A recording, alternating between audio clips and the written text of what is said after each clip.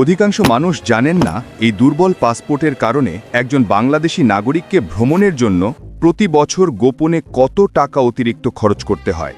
কারণ কি জানেন? ধরুন আপনি এমন একটি দেশে যাবেন যেখানে ভিসা লাগে না, যেমন ভিসামুক্ত মালদ্বীপ। সাধারণত সস্তা ফ্লাইটের জন্য সিঙ্গাপুর বা দুবাইয়ের মতো আন্তর্জাতিক হাব ব্যবহার করা হয়। কিন্তু এই দুর্বল পাসপোর্টের কারণে ট্রানজিট ভিসা জটিলতার ভয়ে আপনাকে অতিরিক্ত দূরবর্তী এবং অপ্রচলিত রুটে ফ্লাইট বুক করতে হয়। এই কারণে একটি আন্তর্জাতিক ভ্রমণে আপনার বিমান ভাড়া ও আনুষঙ্গিক ট্রানজিট খরচ বেড়ে যায় 40 থেকে 60% পর্যন্ত। অথচ ভিসামুক্ত গন্তব্যে যাওয়ার কথা ছিল সবচেয়ে সস্তা।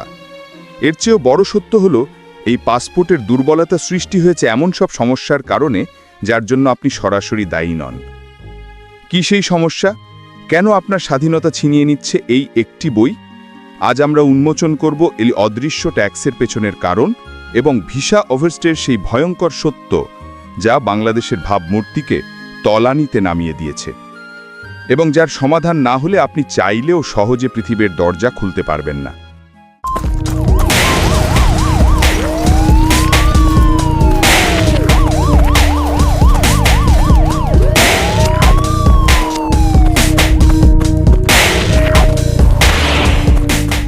বিশ্বের শত শত সবুজ পাসপোর্টের মধ্যে একটি বাংলাদেশের পাসপোর্ট। এই ছোট বইটি কোটি মানুষের আশা আকাঙ্ক্ষা বহন করে, বিদেশে উন্নত জীবন, শিক্ষা বা ব্যবসার স্বপ্ন দেখায়। কিন্তু বিশ্বমঞ্চের ক্ষমতা আজ তলানিতে। রাজনৈতিক অস্থিরতা, দুর্বল আন্তর্জাতিক ভাবমূর্তি এবং নড়বড়ে কূটনৈতিক সম্পর্কের এক জটিল সমীকরণে বাংলাদেশের পাসপোর্ট আজ বিশ্বের দুর্বলতম পাসপোর্টগুলির মধ্যে অন্যতম। হেনলি পাসপোর্ট সূচকে 106টি দেশের মধ্যে বাংলাদেশের র্যাঙ্ক এখন 100তম। প্রতি বছরই এই পাসপোর্ট তার অবস্থান হারাচ্ছে, যা কেবল অস্থায়ী সমস্যা নয়, বরং দেশের গভীর কাঠামোগত দুর্বলতাকে তুলে ধরে। আজ আমরা সেই কারণগুলো বিশ্লেষণ করব যা দেশের মানুষের বৈশ্বিক গতিশীলতাকে সীমিত করে দিয়েছে। বাংলাদেশের পাসপোর্টের দুর্বলতার মূল কারণ খুঁজতে গেলে দেশের অভ্যন্তরীণ পরিস্থিতির দিকে নজর দিতে হবে। 2024 সালের জুলাই গণঅভ্যুত্থানের পর রাজনৈতিক পট পরিবর্তন আন্তর্জাতিক মহলে বাংলাদেশের ভাবমূর্তিকে আরও কঠিন চ্যালেঞ্জের মুখে ফেলেছে। আন্তর্জাতিক সম্প্রদায় বাংলাদেশকে এখন রাজনৈতিকভাবে ঝুঁকিপূর্ণ দেশ হিসেবে বিবেচনা করছে। ফলে অনেক দেশ এখন সম্ভাব্য আশ্রয় প্রার্থী এবং অবৈধ অভিবাসন প্রত্যাশীদের নিয়ে সতর্ক। এর সরাসরি প্রভাব পড়ছে ভিসা প্রদানের ক্ষেত্রে। নর্থ সাউথ ইউনিভার্সিটির অধ্যাপক মোহাম্মদ জালাল উদ্দিন শিকদারের মতে এই দুর্বলতা অভ্যন্তরীণ অবস্থারই প্রতিচ্ছবি।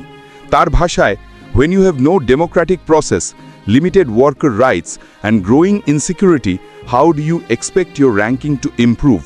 Until you fix these issues, it will continue to deteriorate.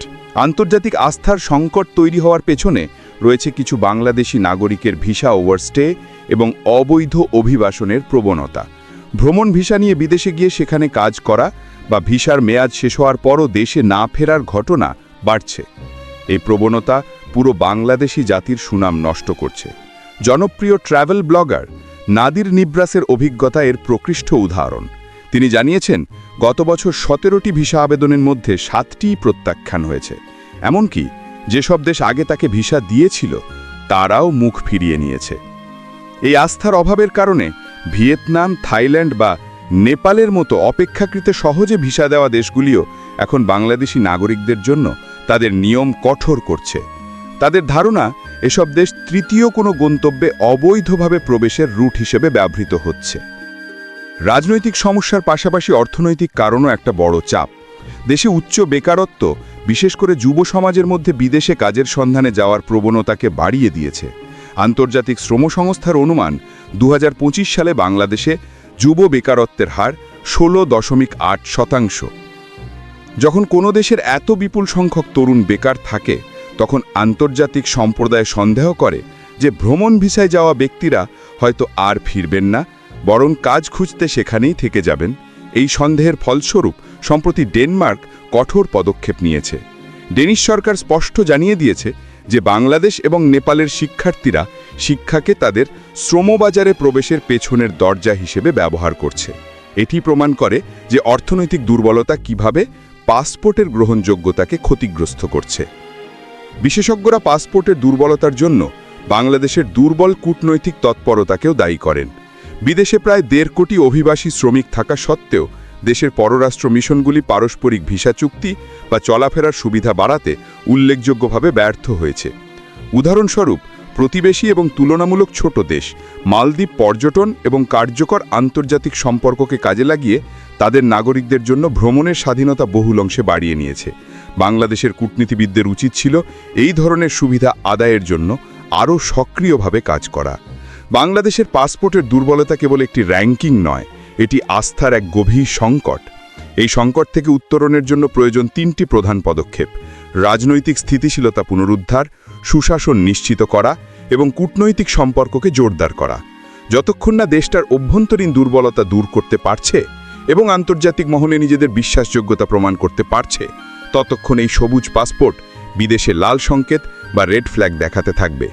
এটি কেবল কিছু মানুষের বিদেশ ভ্রমণকে সীমিত করে না, বরং দেশের সামগ্রিক অর্থনীতির উপরও প্রভাব ফেলে। একটি শক্তিশালী পাসপোর্ট একটি দেশের আত্মমর্যাদা এবং সক্ষমতার প্রতীক। সময় এসেছে এই গুরুত্বপূর্ণ বিষয়ে জরুরি নজর দেওয়ার। আমরা সবাই চাই বাংলাদেশের পাসপোর্ট একদিন বিশ্বের বুকে সগর্বে তার স্থান ফিরে পাক। চোখ রাখুন দ্য রিভেল মাস্টার চ্যানেলে। ধন্যবাদ।